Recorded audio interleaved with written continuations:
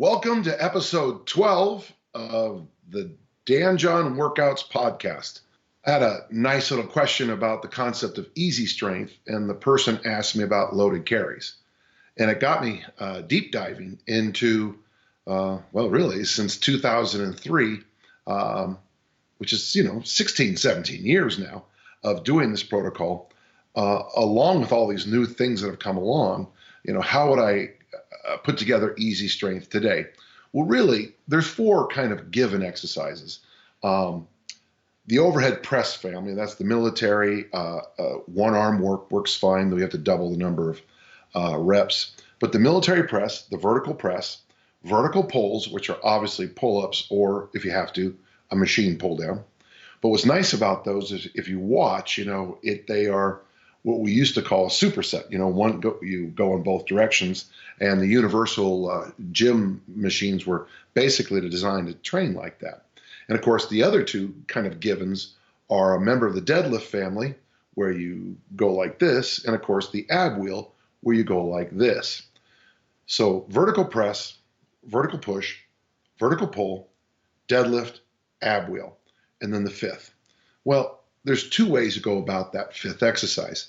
We've had a lot of success in the last few years with doing swings as the fifth exercise, either in the warm-up doing swings or just towards the end before the ab wheel. And we also noticed an interesting thing. When I first started teaching this, I said 250 swings. Well, that was way too much. And then I brought it down to 125. And now we're about 75 swings. You can do that 5 sets of 15 or any other way you want to get to 75. It doesn't matter. Now, if you're doing loaded carries, so the workout would be slightly different. You would go, you'd go vertical push, vertical pull, deadlift. I would suggest ab wheel then, and then go outside or where you have to go to do the loaded carries. And there's an odd thing about the loaded carries that doesn't really fit the vision of easy strength. But the idea is that each and every workout, you do something radically different. So very simply, one day you could do suitcase carry left, suitcase carry right. Next workout, rack walk left, rack walk right. Maybe next day, double rack walk. Next day, waiter walk, waiter walk. Next day, farmer walks, weights in both hands. Next day, add a sled to it. Next day, add a heavy backpack to it. And then, of course, just keep mixing and matching with load and distance and intensity. What I've always noticed about the loaded carry family is it doesn't work like other members of the weightlifting family. You're constantly, you seem to adapt. Let's just say it this way. We seem to adapt too quickly. If I have you do farmer walks with a trap bar with body weight, and we do that 3 times in a week, by the third time, and I don't know why this is true, you'll have mastered the movement and it'll just be too easy. So I thought it was a good question. And so if you can remember, vertical push, a vertical pull up, deadlift, ab wheel, and then go out and have some fun on loaded carries. Well, we have some questions for episode 12. The first comes from Wes. I train to support my rock climbing and extend my athletic career. It's interesting because don't all of us basically have our sport and then want to do it as long as we can. I try to hit all the major movements patterns, except usually pull-ups, as I feel I'm doing so much already. There's some wisdom there. So far, I have avoided loaded carries. I read that you say loaded carries are a great exercise for hypertrophy. Actually, it'd be a great exercise for work capacity, grip strength, posture. I mean, I guess hypertrophy because of the cascade, but I wouldn't say you're not going to see a lot of bodybuilders doing it. While I feel I can justify more size in the forearms, I'm scared to add anything elsewhere, especially seeing most of the leading climbers, for now perhaps, are not doing much good general strength training anyway. At 180 pounds, I am on the larger side for your sport, and the mass I gained from my misguided high school benching days has never seemed to truly go away. Wes, you're a lucky man. A lot of people wish it would never go away. Are my concerns justified, or are they overruled by the other benefits? Do you have any insights or recommendations regarding loaded carries for rock climbers? Yeah, don't do them. It's funny, I just introduced the whole thing by telling you how wonderful they are, but you're in you're in a sport or hobby that is very specific, very selective, and in fact, by the year gets much better. I don't see where loaded carries is going to do a lot of good for you. I mean, certainly they'll have benefit, but you have to sit down and do your own cost to benefit. It's going to be more work, and yeah, it might help your grip. But let's be honest, you guys do this on the you guys do this on the side of a mountain. Your grip is probably fine. The work you put into the weight room might not carry over into the walls. So always remember now, I separate the world into two parts: active athletes, which you, Wes, you just said you were, and everybody else. Now, if you were to tell me you're everybody else, I'd say yes. You want to do loaded carries just so that when you guys come home from the grocery store, you don't have to embarrass yourself by only taking in one bag at a time. Or when someone says, help me move my couch, you don't have to embarrass yourself by going, I'm not strong enough to do it. That's everybody else. When you're in a sport, you got to be specific. And that is a hard lesson to learn. Once you decide to maybe go in a different direction long term, yeah, maybe loaded carries would be helpful for you. I have a couple rock climbing friends. I didn't realize it at the time, but when I was at Utah State in the 70s, it was one of the birthplaces for what we call the modern rock climbing, especially free climbing. There was a group of guys, we used to call them frog science majors, but outdoor rec guys, natural resources guys, wanted to be, park rangers and stuff. And they took this very seriously, and they used to do pull-ups in the door jams in different ways. When you look at those guys long-term, part of their problem is they turn themselves into golems, from Schmeagol Gollum, from Lord of the Rings. And that is going to be an issue, maybe for you long-term, where you need to bring yourself back into better posture, just for general life purposes. Next question comes from Matt with just one T. Do you have any suggestions for programming when general population's clients complain of boredom from doing similar movements all the time? I'm at a loss here, man. When you talk to general population clients about food, everything's boring. I want you to eat more vegetables. I don't like vegetables. Drink more water. Can I put some, taste? I don't like the taste of water. You need to sleep more. Oh, I'll miss my shows. Let me just, Matt, first thing I got to do is I have to extend my frustrations out when I hear something like this, because, the joke we always use in American football is, you know how you spell fun? W-I-N. I mean, if you want to be a great discus thrower, you're going to be bored, man. That's going to be the thing. Well, but it's not boring. It's exciting. It's different. Brian put together on the Dan John workouts where you can change the exercises, and that would be one response. But I mean, mastery in any phase of your life involves doing repetitions over and over and over again. I mean, you don't have a fourth grade teacher say, I'm bored with teaching multiplication tables. We're not going to do them this year. I mean, what a disservice to that person's students. I struggle with this, Matt. I'm not a good person to ask. I find the training I do, which is basically the same thing for years now, decades now. And I find it just so interesting, but I don't know what to tell you. And it's funny now, Matt, I hate to say this, but this might be the person who watches the same episode of Friends or How I Met Your Mother or The Office over and over and over again, and that's not boring. And I'll throw in one more teacherism for you. The book isn't boring, little Bobby. You're boring. Sorry I don't have a better answer, Matt. That's just, I don't know who you ask. You know what? There's 1,000 guys online, 1,000 guys and girls online who will, they'll give you, confusion training, and they'll give you all kinds of voodoo and stuff, and it's exciting, and it doesn't work, but boy, it keeps everyone from being bored. I don't see an issue with being bored when it comes to diet, rest, and exercise. Sorry I couldn't be more helpful. We got a follow-up from Jim. Hello, Dan. You asked for a follow-up to my first question, so here goes. I just started doing the park bench program on the website. Good for you. That actually makes me happy. And I'm sure that will take care of my training needs. You know, I would hope so. In regards to my health, I get regular checkups, God bless you, both physical and dental. I take a statin for slightly elevated LDLs. He takes something for hyperthyroid, very similar, I think, what my wife has to take, and something else for blood pressure. I know my dietary habits are my biggest problem, but lack motivation, discipline, or whatever it takes to make changes both to diet and exercise. As I write this, I realize I know what I need to change, but it just doesn't seem important enough to me to actually do it. Any advice you can give will be appreciated. Well, I mean, one thing that might help you is go to your high school reunion and look around. I'm going to be rude for a few minutes here. Let me just do it this way. You know, when you go to your 5-year reunion, there might be one name in the, remembrance wall. When I went to my 40-year reunion, it was list after list after list after list after list of my classmates who've died.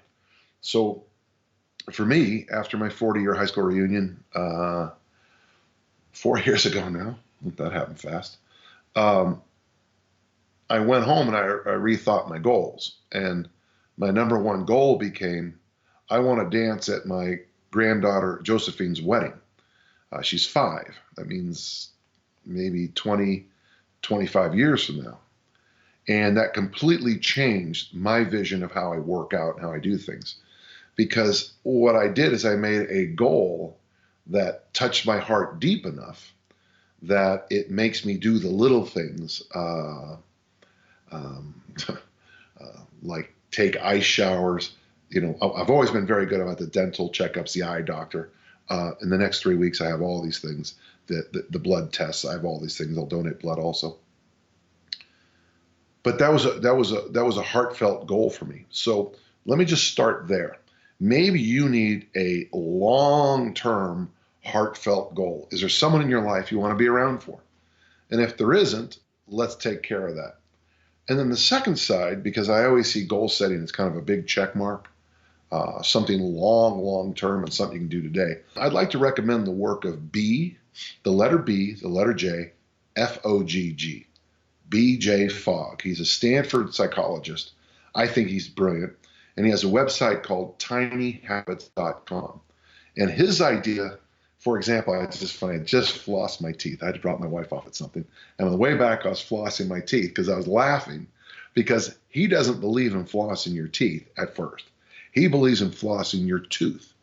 Can you commit for the next 2 weeks to floss one tooth every day? And you'll laugh about it. And, well, the idea is you floss that tooth and then you smile and you go, yes, I did it. And as silly as that sounds, it was a total game changer for me in the habits I picked. One of my concerns, and it comes from wanting to dance at Josephine's wedding, one of my concerns was safety in the house. At my age, and your age too, the most dangerous places in the home are the bathtub and shower and probably the kitchen floor. Because that thing we're standing on, the floor, is a dangerous thing at our age. So to consciously be safer in the shower, I made a point of every time I took a shower, I did 2 push-ups, clapped my hands, smiled, and said, good job. Well, it's interesting because here it's like 4 years later, and no matter where I am in the world, whenever I shower, I always put my hand on the side, put one foot in, make sure that foot's on the ground, bring the other foot in. Always. It's a habit, and maybe you're saying I'm being oversafe, but it would break my heart if the last thing you guys ever heard of me slipped and died in a shower. So one of the things I want you to do is I want you to go to the website tinyhabits.com, and I want you to sign up for their free 2-week test, okay? And I want you to come up with 1 or 2 tiny habits. Like, for example, a simple one, I want you to try to eat 1 vegetable a day or drink 2 glasses of water a day. I'm talking small goals, okay? Small goals, Jim. Because the tinier the goal is, the more you're absolutely sure you'll do it, the more likely you will. But what it does is it really jump starts the brain. Once you get, When I work with people, one of the things I like to do, Jim, and it sounds weird, I know I've mentioned this many places, many times before, is we start off with a decluttering exercise. A very simple one, by far the best for most people. Go to the back seat of the car you drive and just declutter it. Get the garbage out of there, pick the coins up off the floor, put the coins in a jar, put things in the back seat only, put them away. Here's the funny thing. The momentum of that little task, the back seat only, seems to carry over into every other aspect of your life for a couple hours. The next day, maybe the little well that's, that little well that's on the driver's side, that little well, clean that up. And then, of course, put your floss sticks in there too. Maybe clean your glove box one day. Pick one drawer a week to clean out and have 3 bags, one for donation, one for the garbage, and one for the laundry room. Fill those up. Go to your sock drawer, match up all your socks. These simple, tiny things seem to carry more momentum than having this master list of 75 to-do lists. The only person I know who's ever had made their to-do list work, that massive bucket list thing, is the former Notre Dame coach, Lou Holtz. He had this, he wanted to be on the Johnny Carson show. He wanted to be the marshal of the Rose Bowl parade, and he got them all. Most of us, we don't get any of them. Most of us need the tiny ones. But one of the things you'll learn, Jim, and this is a truth, is literally there are no tiny habits. Who you are today at age 63 is a culmination of all your habits your whole life. And I'm 62. I'm catching up to you, though. So who I am today, I have been establishing that since I first probably started having my own way about the world. What, maybe in kindergarten, first grade. Of course, we had school uniforms, so even then I didn't have choices. Certainly you could say by probably when I went to Utah State, when I was 17 or 18, and most of my decisions started to be just me. Since that point, I picked my own major. I decided what clothes I wanted to wear, when to do my laundry, the silly stuff. Now it's just about every aspect of life I choose. I am a culmination of all those habits that I've been setting up since this time. So when you're trying to turn the corner in your life, it's nice to, you can't, when the Titanic is heading at the iceberg, you can't do a NASCAR turn. It's much easier to make a tiny correction hours ahead of time than try to turn the Titanic like that. So what I'm asking you to do is a lot of tiny little changes, maybe 2 weeks at a time, maybe a month at a time, and slowly. So the goal is by a year from today, you maybe have 26 tiny little habits develop. You go from 2 glasses of water a day to 2 big jugs a day in a year. You go from eating 1 vegetable a day to eating 8 different vegetables every day. I hope you're following here. That's my best advice, okay? And I hope that helped. Oh, we have a question from Jordan. Interesting question, as listeners will hear. I am 18 years old and currently weigh around 73 to 75 kilos for the Americans, about 165. I have no injuries. Wow, very disappointed in you at your age. And competed in long-distance track events at a national level, but gave it up a few years ago. I have been training for 6 years now, so since 12. My training has led me to become an SFG1, triple bodyweight deadlift, 10-minute leopard crawl, and rack squat 2 by 32 kilos for 10 reps. That's for a 165. That's a nice series of lifts. I have been getting into bouldering, short and powerful climbs, another climbing question, for around a year now, and I'd like to improve on this. I'm beginning to get a little tired of what I've currently been doing and wondering if you had any recommendations. My training as of late has been unstructured, doing what I feel like, mainly carries, weighted crawls, prowler, and the big 6 kettlebell moves. Well, see, I think what you're doing is just fine. I like the idea of an unstructured workouts with lots of carries, weighted crawls, prowlers, and big 6 kettlebells. In fact, frankly, I don't know what better thing you can do. I mean, that is Jordan. That is some powerful stuff. Having said that, though, if you're going to get in a sport like bouldering at a sport level, you're going to have to train as the boulderers do, which I'm guessing is a lot of bouldering. But I would just say that when you said here you're getting a little tired of what you're doing, I would just have to say, well, that's because you're doing the right stuff. You're doing just fine, okay? Thank you very much for the question. Okay, we got a question from Luca. I am 21 years old, kinesiology student from Croatia. We can't learn much on the college except basic stuff. Well, good, you're lucky.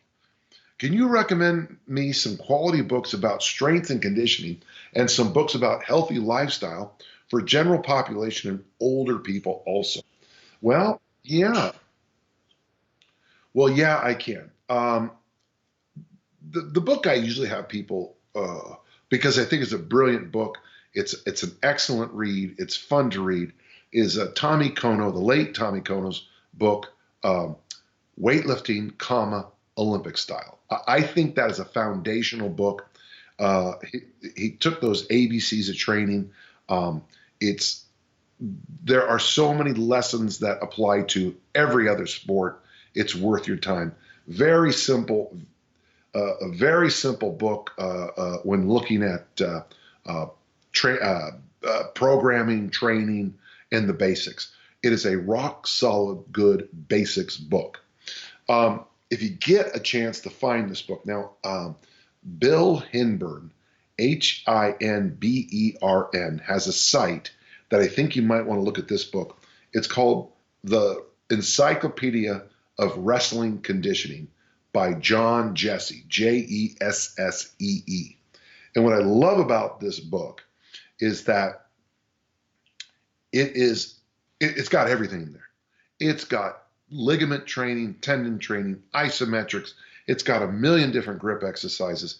It's a dated book. I'll grant you that, but I think it's brilliant. I always go back to that book when I get a little confused about things. Let me add another book that you might be able to find a used copy of this called Staying Supple by John Jerome.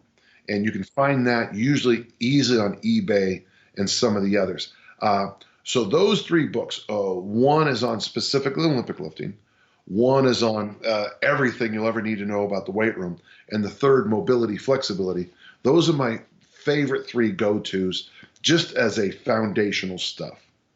Obviously, there's other books like the DeLorme's Progressive Resistant Exercise book, from 1951-ish. Heidegger's Physiology of Strength. Those are other books, too, that I have great respect for, okay?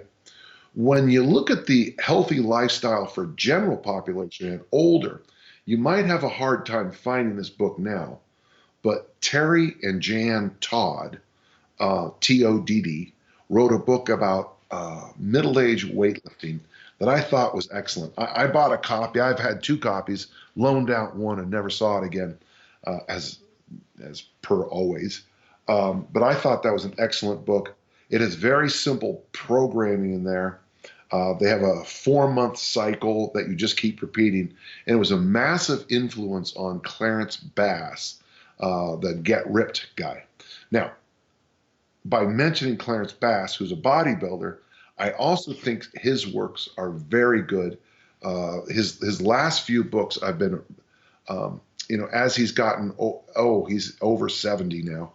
But what's nice about his books is he will, for example, in one of his books, he had 2 training sessions a week, 2 aerobic training sessions for someone my age, 2 lifting sessions, 2 kind of cardio-ish sessions. He sometimes will recommend 1 lifting session a week, which is just, amazing. What I like about him is he's walked the walk since he was 14, 13 years old. So when you look at Clarence Bass's work, I would first suggest you just go to his website, the letter C, bass.com, the letter C, bass.com, and just pour in there for a while.